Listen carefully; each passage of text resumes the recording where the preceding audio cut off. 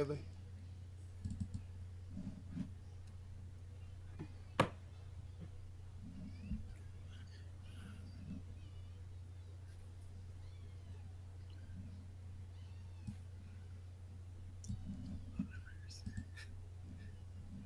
Oh boy. Love that medicine. You guys are on. Awesome. Awesome. What's going on, folks? Welcome to another episode of the Run and Gun Podcast. I'm JPeeps, I'm JC. and you are now tuned into the primetime hour with the Don Lemon and Chris Cuomo Stop. of Sports Talk. Stop right there. I'm not even gonna let you finish that. All right. You not gonna let How me y'all finish doing? that? Welcome to the Run and Gun Podcast. Penalty talk. You know what time it is. It's that time of the night where you get to see me be extremely volatile and my boy Peeps here Did he choose violence try this to week? try to rein me in. It's going to Did be he really choose interesting. violence We this got a week? wonderful show for you. Don't worry Oh, yeah, about we if I do. chose violence or not. You're going to find out, all right? Listen. But I will say, Mm-hmm. There's been a lot of ready? assumption going on. Super Bowl. People think coaches leaving certain places. I can't wait to talk about that. Signing day. Signing day. Got the hot topics. EA got a new game. Yes.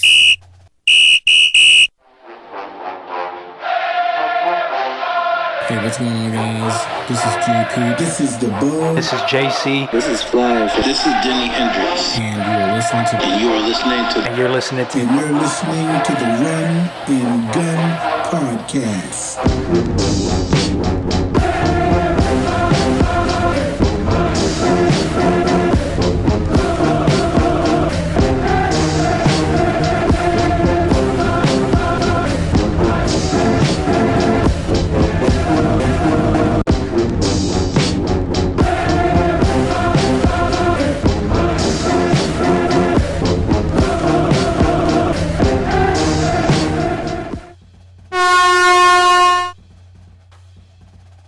Wonderful. Let's kick this all right.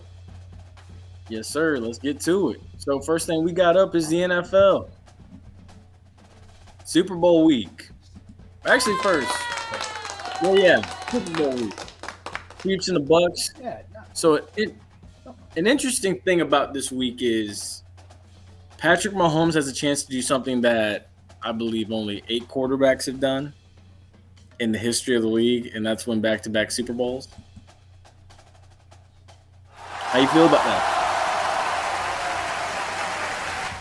Now listen, I will say that Baby Goat, as they like to call him on Twitter, it's really up to something nice, and it's wonderful to see how the Kansas City Chiefs over the past few years have built themselves up to this point, and I'm very interested, extremely interested, because it's very nice to see a quarterback with that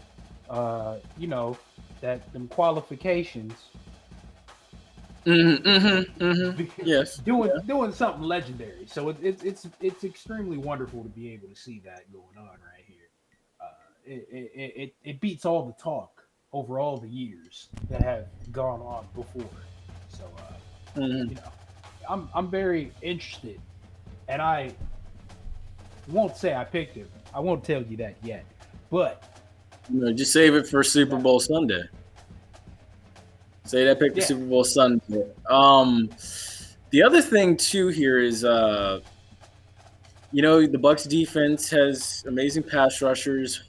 In my opinion, hopefully it's a better game the second time around from the defense early on. But a huge bonus is the Bucs are going to be able to exploit the left tackle and the right tackle spot for the Chiefs because Eric Fisher is out with an Achilles injury. Also, their starting left tackle is also out. Plus, they're missing a linebacker, Willie Gay, I believe his name is also out. Yeah, Willie Gay's out, and then also Mitchell Schwartz is highly questionable. but yet the Chiefs still stay as a 3-point favorite. And that should tell you right there how loaded the Chiefs are. I mean, they are Yeah. absolutely a strong team, no question about it. And I mean, if you weren't paying attention during this weird COVID season, like I wasn't necessarily fully on attention for some things. You know, I was hearing about the goofy things with the Broncos and all that. Mm-hmm. They're 14-2. Yes, the Chiefs. Here's the funny thing: the Chiefs are 14-2, and they still claim they're not getting the respect they deserve. I'm still trying to figure out. Explain that to me. How are you not getting the respect you deserve? But you won the Super Bowl last year, and then on top of that, you're 14-2 this year, and favored to win this year. I mean, it's that Explain that. Midwest chip. You know, it's that Midwest chip on your shoulder. I don't really guess know so. anything about that, but you know, they survived tornadoes out there, I hear. So, like, you know, You're right. Hey, I don't have that type of strength. But I will say that there has been a lot of talk about Brady winning another one. A lot. There is. There's. It wouldn't surprise me if he did win another one. But my thing too is like, look, even if the Bucs do lose this game, I still think that Tampa Bay is going to still be a problem next year. Probably better than they were this year. Why? Because they found their groove late, and that groove is going to continue over. Because for one, they want Antonio Brown back next year. They want Gronk back next year. Jason Light's already confirmed that, you know, we're in a great situation as far as cap space and money goes. So we can still make the moves that we need to make. So why not? You know. Now, what happened with that Antonio Brown thing? Because I thought that Antonio Brown was never showing up here. Honestly, you know what? I think when Mike Evans got hurt in that last game of the season, and he stayed out for the rest of that game, people kind of started to appreciate the benefits of Antonio Brown and the fact that all the coverage he draws to him that will free up Mike Evans and Chris Godwin and vice versa, because all three of them are wide receiver ones. All three of them would be the leading receiver on any team in the league right now. But you know, people appreciate him. And honestly, if he gets his situation straightened out in March, he more than likely will be back in Tampa. Hey, listen, man, if Hannibal Lecter ran a 4.40, that's all I gotta say. So with a nice Chianti.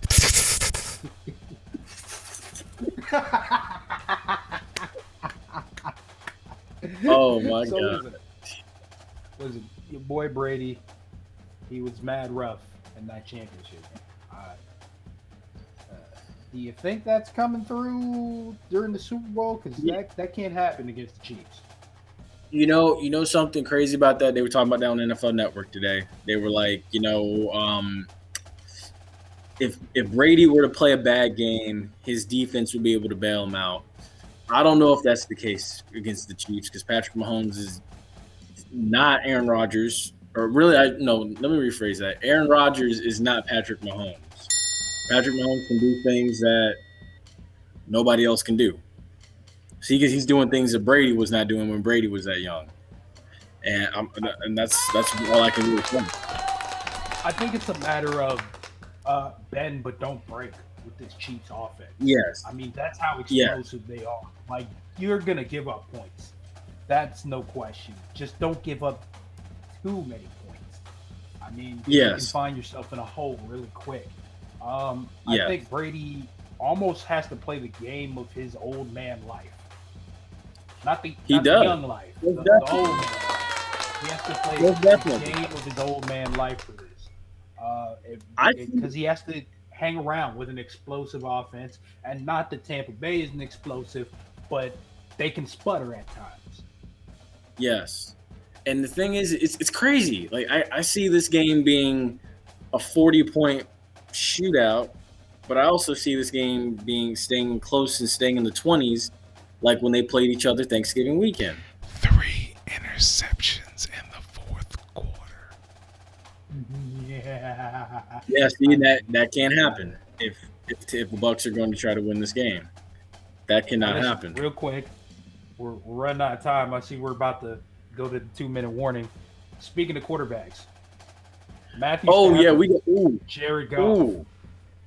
So here's how that went down. Oh, here's how that went down.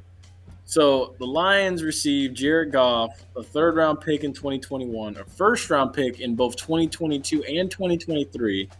The Rams received Matthew Stafford. The Lions will also pay Goff $27.8 million in 2021, and his $25.5 million salary for 2022 will be guaranteed this March. So the Lions will pay that as well.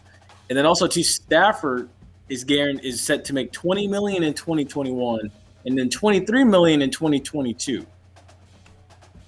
So I ask you, who won the trade, or do we need to wait and let this play out?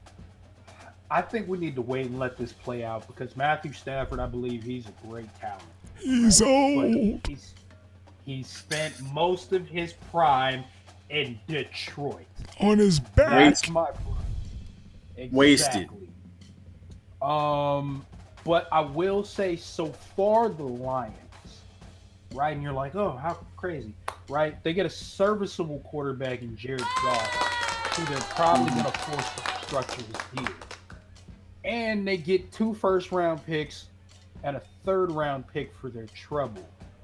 I mean, other than Jared Goff's wildly terrible contract situation, I mean, I don't see how they really lost anything. They kind of need to go into a younger push anyway, because that whole team probably needs to be rebuilt again for like the 4th time in 5 years or something. Hey, Jared Goff said, "Look, I'm glad I'm somewhere where I'm going to be appreciated."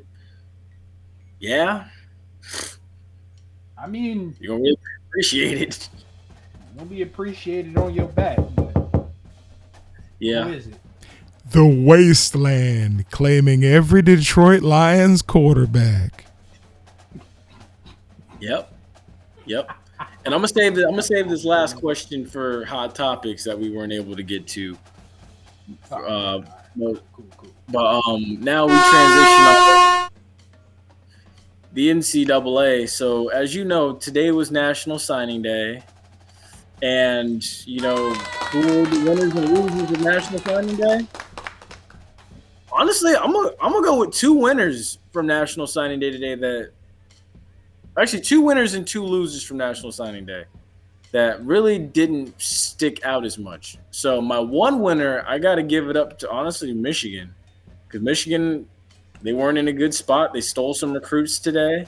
And then the other team, I got to go with Florida State. Florida State didn't get too many 5-stars from what it looks like, but they did have one of the better recruiting classes than they have had in a while. Another team that I will say did not have a good recruiting class or a good National Signing Day today, I got to say it was Clemson. Clemson finished too low for my liking. That's what you choose as your winners?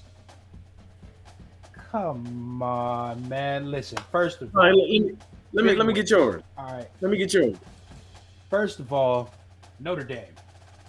Okay. Right there. Okay? Mm-hmm. I want you to think about the embarrassment that Notre Dame is, and we're still able to pull down a top 10 class. Beautiful, right? Beautiful. Yeah, I give them that. Texas A&M, another winner. I didn't really expect them to be at 7. I did. But I will say it's a very comfortable position for them due to the big juggernaut, who I'm going to name next, being in their division. I mean, it's wonderful to see that people are like, oh man, let's go to Texas A&M, and Texas A&M is starting to, build up a little speed. We saw that this year. Mm-hmm. Oh yeah, most definitely. And finally, but not least, because you can't say it without naming them, Alabama with the highest ranked recruiting class in history. Yeah. I mean, I'm telling y'all, they got 3 more. They got at least 3 more in them. Over the 2010 Florida recruiting, which was such a lauded recruiting section. Oh my goodness, I can't remember my words. But A lot of recruiting class. class. There you go. Thank you. Wonderful. And my big questions are, man, Ohio State is just getting that love, man. Oh yeah, most definitely. And you know what I'm gonna say honestly is until they prove that they can close out and stuff and not get embarrassed in the playoff, whether it be the semifinal or the championship, I still don't believe the hype from Ohio State. And I'm gonna just say it like that. They're number 2 because everybody wants some of that committee love. All right, so everybody wants some of that committee love. So I'm not really surprised by it. More like an ew for me, almost. A little sickening. Georgia, I'm surprised is on the list so high. I'm not surprised at that. That didn't surprise me really. I'm gonna be honest. Kirby Smart's a good coach. He's a heck of a recruiter. Don't get me wrong. And then honestly too, I mean, like if I was a 5-star, I would consider Georgia. Georgia's a very interesting product. I mean, a lot of Florida fans and a lot of people that don't like Georgia are going to bring up the whole they haven't won a title since 1980 thing. But if I'm playing for them, I mean, look, you're guaranteed a good bowl game. You're probably going to win. I like Georgia, but I want to win. Forget that. True. And then honestly, too, your only other chance of getting in the playoff is if Alabama doesn't make the SEC championship. If you are Georgia, so I understand where you're coming from. Didn't you say they got 3 more rings in them at least? Yeah, Alabama. I think Alabama's got at least 3 more in them. I know y'all don't want to hear that, but that's the truth. Something else Saban, the great man that he may be and great coach. I'm sick of it. I'm tired of it. I like it, honestly. I'm not primarily an Alabama fan, but I love his approach of how he coaches his players. I'm waiting on that new EA Sports game to come out so I can finally beat Nick Saban. You're gonna take a 2-star program and turn them into a 5-star program and take down Nick Saban? No, I don't want FSU. No, don't do that. Don't do that. No, but you know what? Nick Saban, wonderful coach, great recruiter. I'm not really surprised if they're one. I mean, I think everybody at this point just kind of figured they'd be one. Right. Does this? The other thing too. Yes, that's exactly what I was gonna say. But the thing is about this list, my largest question comes from Michigan. Hey, look, Michigan. They made some moves. They fired their defensive coordinator. They stole some recruits from Michigan State. I don't want to hear that. That's what happened. That's what happened. They re-signed Jim Harbaugh for 6 years. I mean, lots of questions that make me go, dang, what's going on with the fate of this country? But and we're gonna see. I absolutely refuse to touch it anymore because I'm gonna have some Michigan fans. The other thing that was interesting was so along with all of this, the spring thing is still going to happen. You had your first opt-out as far as the SWAC goes. So Alcorn State, the defending SWAC champions, opted out of spring. And you know what? I usually give them another chance. But I commend Alcorn State for opting out. And a lot of people in the SWAC, they talk trash and they're like, you know what? Alcorn State was running from a butt whooping. How is it a butt whooping if Alcorn State's dominated that conference the past couple of years consistently? Listen. I believe that the SWAC found it too dangerous for bands to participate in the spring football season over the risk. But they don't find the risk of making players play for almost an entire year straight isn't a risk, which is very daunting question for me. What? Thank you. Who is it? Who is it? I'm looking for the swag. You check the hospital? Oh, don't worry. Get to him when you see him. Don't worry. The State Fair Classic is actually going to be one of the first classic games up. The State SWAC Fair. get a smack. That's the game between Grambling and Prairie View. That's going to be one of the first games up. I don't know, man. You would think that SWAC fans would be like, nah, let's put this on hold. This idea. Oh no! Oh no!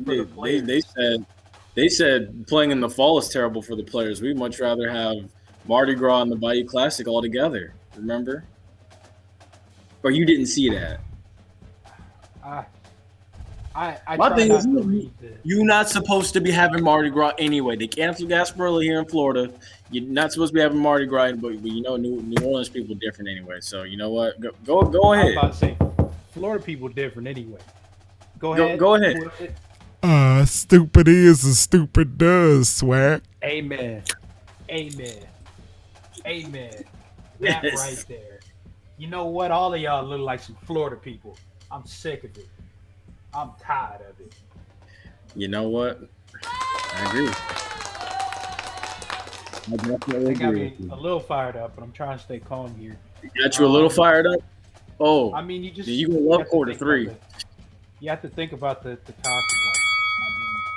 I mean, it's all right. You gonna love quarter three now? Oh, because this one got me going. So I found it to be so funny that they were the greatly false rumor. Well, you know, I can't really say it was greatly false because I believe he did have the offer from South Carolina, but I put it out straight like this. Who would you rather go out on a date with? Would you rather go out on a date Don't with? you Don't say that. Don't say that. Say it. Who would you rather go out on a date with? Would you rather go out with Beyonce from FAMU, or would you rather go out with Whoopi Goldberg from South Carolina? Answer the question. And I'm super bad. That's all I'm gonna say. And we had all these articles. Depends. Oh How much if I had to drink? Lord! Wait, is a young I Whoopi? always looked at it like this. And a young Whoopi look like an old Beyonce. I looked at it like this. Look, Whoopi is South Carolina. She's older. She got the money. That's what she got over Beyonce. But Beyonce got a lot going Still for her. got more money. Yeah. So, But where would you rather be? Beyonce got a male Whoopi.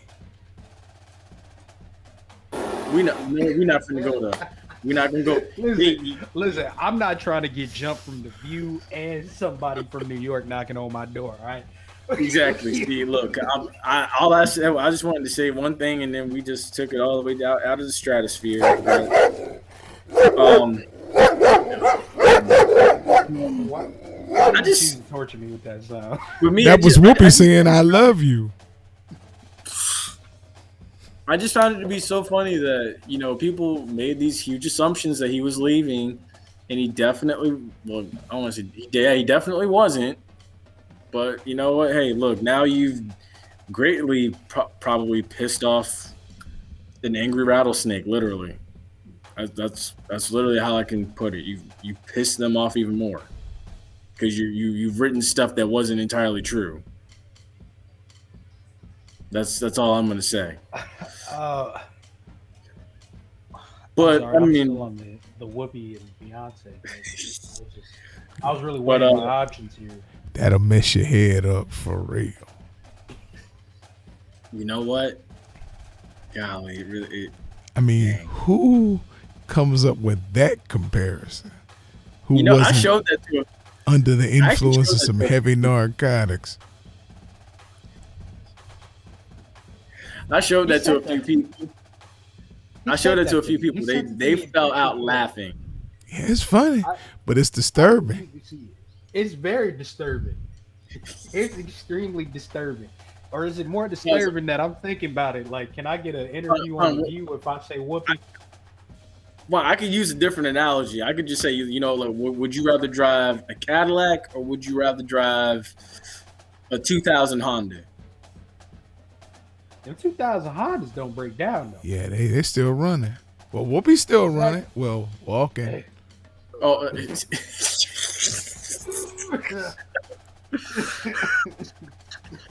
oh God! He didn't have to do that. And I'm a fan of Whoopi Goldberg. I really am. I love Whoopi. I love the Serafina. Whoopi. I love the one woman show. I even thought she was looking as Miss Seeley. I mean, as all right as Miss Seeley could be. She wasn't no Sugar Avery, but she was all right. I mean, listen, Oh, Lord. I'm still debating. Oh Lord! I mean, Whoopi? Mister thought she was all right. I mean, Whoopi. If you see this, I'm still debating. I mean, her daddy said she ugly, but she can cook. So, just saying. Y'all got to go back and see the movie. I didn't make that up. That's what the guy playing her dad I know said you did. in the movie. I know you did. I'm going to get kicked off this show, too. Oh Lord! Oh Lord! I'm so glad we had this. This is wonderful, man. Weren't we on track? So, Willie Simmons, yeah. so the other thing too, Willie Simmons had a very good recruiting class today. He actually watched it where he announced all the guys. There's a few other ones he couldn't announce and stuff because I guess the letter of intents came in late via fax. But I came away very impressed. I always question, how does he outdo the previous class? But he continually outdoes the previous class. And he got some guys that had some stars next to their names. One of them being Savion Williams out of Tennessee, former Vol, defensive tackle. He's a 4-star. Whoa. You got another kid from across the tracks from Florida State, an offensive tackle, Jay Williams, who's a 3-star. These are transfers. Yes, but no, listen, there's others. Here's my question. If you've ever played in Doak Campbell Stadium and you stayed in there, Burt Reynolds apartments, and you've been on campus at Florida State, what did you do wrong to have to choose FAMU at this point? Honestly, I think it's just more so, I think he didn't like the culture. Okay. I think that might have been what it was. But Okay. there's also a 3-star tight end that FAMU got out of From where? St. Pete. St. Pete? Florida? Mm-hmm. Oh. Okay. But and USF actually lost him too. Go ahead. There's a DB out of Miami Northwestern, which is a school I haven't seen FAMU recruit from in a while, named Winsome Frazier, a tall, lanky defensive back. He's a former Big 12 recruit that FAMU stole. I'm very impressed with that one as well. Me too. You You said his name is Winsome? Winsome Frazier. That's His what I'm dad talking is about. actually his dad's a former Florida State player. Never mind. I better not say that. What's his dad name? Win a lot? I don't. All right, if you're gonna say that, then I might as well be able to say mine. I was about to say, dang, to the Big Ten, you win some, you lose some. Big 12. Big 12. That's who they got it from, the Big 12. Oh, they don't play defense out there anyway. Yeah, so he made the right decision. You've also got a defensive end from Lakeland High School, the Dreadnoughts. Oh, and I looked at the numbers on most of these. Are they defensive named ends. after some Jamaicans? Dreadnought? You know what high school that is. I was gonna ask, are we on the level with Lakeland nowadays? Watch me. I don't know. This is his first time signing to a college, right? I ain't finna. I'm not finna do this. I'm not doing this with y'all. I'm gonna let y'all go ahead and get in trouble. I'm not doing this with y'all. Nope. Another one was. Oh, that's a 2-minute war. Another recruit was also, and I can't look. Everybody can't make this list. Lucius Lattimore, and I actually watched this kid's highlight film. He kind of reminds me of Telvin Smith when Telvin Smith was at Florida State. Very aggressive. He will come up. He will hit you. He's actually got some highlights from the state championship where he just absolutely was leveling wide receivers that were coming across the middle on like slant routes. The boy's name Lucius. You know he can hit. Oh, Lord have mercy. Lord have mercy. But, yeah, that's basically the majority of the recruits. You got 3 3-star players. Also won a Colorado State transfer wide receiver. He's about 6'5". I'm not sure what his weight is, but Oh man, he's 6'5". And that was a huge criticism prior to Willie Simmons coming to Tallahassee that I had of FAMU was, a lot of the guys did not seem big enough and strong enough to last 4 quarters. But now he's recruiting defensive ends that are like 6'4", 240 as freshmen and still coming in and growing, which is like scary. Well, I mean, that's the point of taking over, is to right the wrongs of your predecessor. So, of course, I'm not surprised. The game is. That's for Willie Simmons. Wow. The game is moving towards a bigger field these days. So yeah. I mean, a lot of teams are wielding some big players out there, namely Alabama. Yep. So, I mean, it'd be expected that other teams would go towards that format. Yeah. One more thing before we jump on these hot topics, but is I completely agree with you. And it's like Joe Bullard said, they're gonna bring class to the SWAC, and I wholeheartedly agree with that when I actually think about it. But sitting out.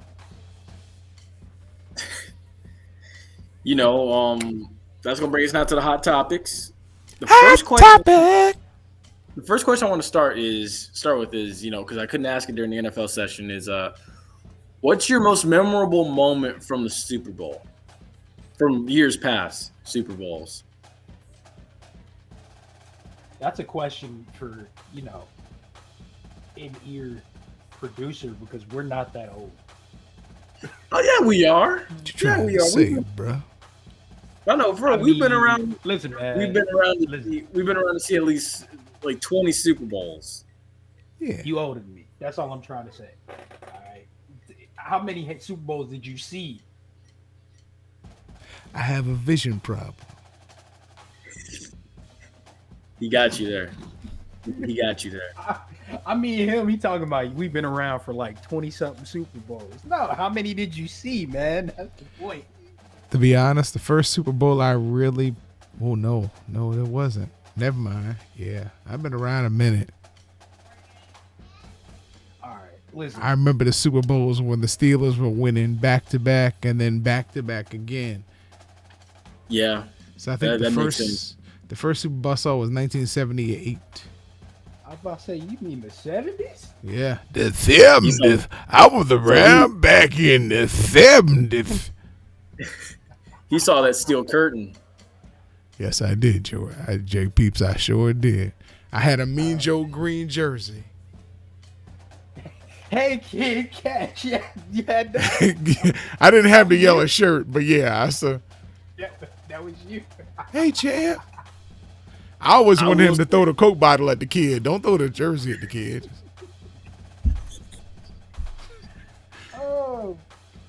I will say my most memorable Super Bowl moment Actually, two of them. Derek Brooks running to the end zone to solidify a Super Bowl for the Bucs, and the James Harrison run that was 99 or 100 yards in Super Bowl 43.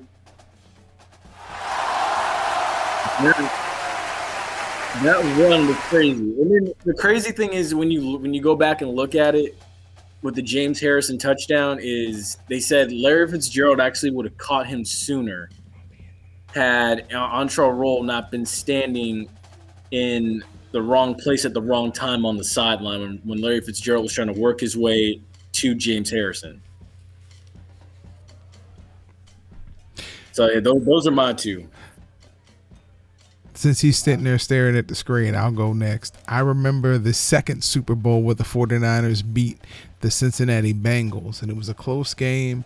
And I remember seeing Tim Krumrie break his leg when he was engaged with Randy Cross. Tim Krumrie was the best defensive lineman in the league at that time, the nose guard by the Cincinnati Bengals, number 69. And he engaged with Randy Cross, and you saw when he took a step and then went to pivot to keep pushing, his leg snapped, and it was flinging in the air as he went down. It was nasty. First time I ever saw them put an air cast on somebody. And back then, the producers had no sensitivity, so they kept showing the replay. I believe it. It that was the 80s, so. My next memory is when Doug Williams went into the training area. They put a towel over him and shot him up with something. He came back and lit the Denver Broncos up when he was the quarterback for the Redskins. I'm sorry, the now Washington football team. Yes. I believe that. Yeah. No, you can see it. They showed them carrying this big, embalming needle, and next thing you know, Doug was jumping around. It was like Jay Schrader came in for one play. Doug came back in. He was throwing touchdowns to the equipment manager. It was crazy. That's one of the Super Bowls John Elway let get away. He didn't let get away. They beat him, stomped a mud hole in him with no Vaseline, and took it. No Vaseline. Oh, Jesus. Give me that. Come here. Oh, Jesus. Oh, my goodness. I'm going to remain quiet for the rest of the show. Oh, no, you're good. You're good. That's actually really funny. So come on, Josh. Come on, Josh. What was your favorite Super Bowl moment? What you mean, man? I've been trying to say it this whole time, man. Listen. All right. I know what you're gonna say. What? What am I gonna say? Percy Harvin returning that kickoff in the Super Bowl for the Seahawks. No. Actually. Russell Wilson throwing that pass to lose it against the Patriots?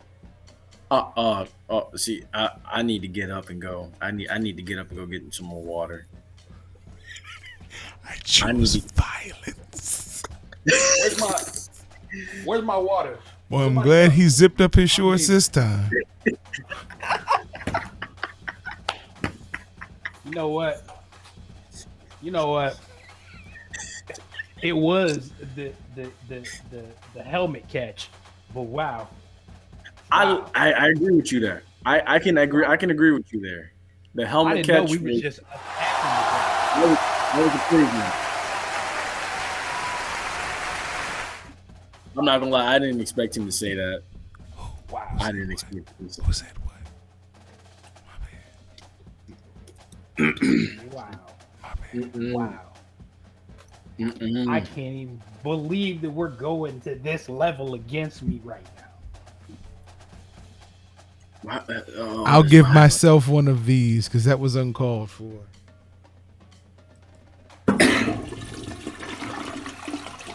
Wow. But so we got your first moment. So what was your second moment, or you don't have a second moment? We gotta have a second moment. I mean, you can if you want. I mean, we both had second moments. I wasn't. If you do, you do. If you don't, you don't. It's okay. We're not. Nobody's judging. I was trying to keep up with y'all. Leave me alone. All right, no worries. Y'all hurt my feelings enough today. I'm sorry. Well, I'll take his second moment. When the Ravens came back to Tampa with Trent Dilfer and beat the Giants like they stole something. You know what? I'm not going. That was that. Oh my gosh! I really look at that now, and I don't know what the running was in the NFC that year, but I really feel like New York did not deserve to be there. But I don't know. Have they ever? Yeah, when they had Lawrence Taylor. Yeah, they blew there when they had Lawrence Taylor. You know what? Even I can honestly even say, like, going back and looking at the Eli Giants, like those Giants teams were underdogs that people didn't think deserved to be there. And they weren't underdogs. They just didn't deserve to be there. You got to cut them some slack because they won. No, they had some of the best luck going on during that entire time. Even with the Super Bowls, there are always those moments that went. I don't know if that really happened anywhere else. The fake catch, the Mario Manningham catch. David Tyree. Yeah. I mean, those are things that would not happen in regular games. Now, listen, as I look up, because I don't want to get smited, Lord, if you just bless those teams, that's okay. But they wasn't doing regular things out there. And I ain't going to hint towards which side they was questioning for some power, but there was some weird stuff going on out there. But the Dolphins said, thank you for ending the Patriots' undefeated streak. Yep, and they popped that champagne. I was with the 72 Dolphins. I was agreeing with them. I was like, look, come on, Giants. But it was an act of faith. The other thing, too, is before we get up out of here is, unfortunately, and the Bucs front office actually fought really hard for this. But the Cannons will not be fired. So what's going to happen is the Cannons will be fired at the beginning of the game, and if the Bucs win the Super Bowl, the Cannons will fire after the game.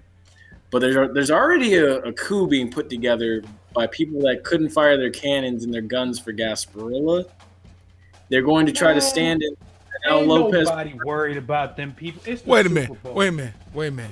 This sounds like some real Florida BS.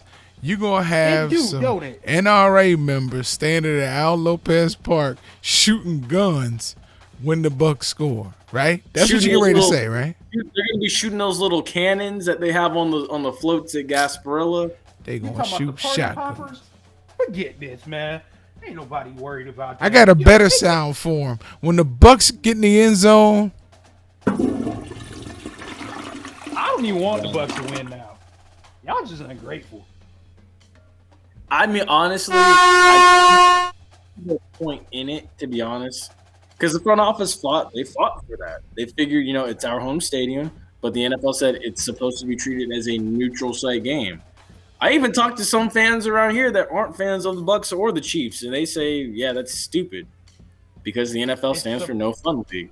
But it's supposed to be a neutral site game. Come on. It is. You know this. I know this. There is no question. Can I get a challenge? Not in the wrap up. No. Yeah, I was say not in the wrap up. Yeah. Jiminy Crammy. I ought to challenge you. Thanks for joining our show, all right? Thank you. If you have not already, make sure you follow us on Facebook at Penalty Talk. Make sure you like, share, and subscribe to the YouTube channel at Penalty Talk. Make sure you follow us on Instagram at Throw Flags. Make sure you follow us on Twitter.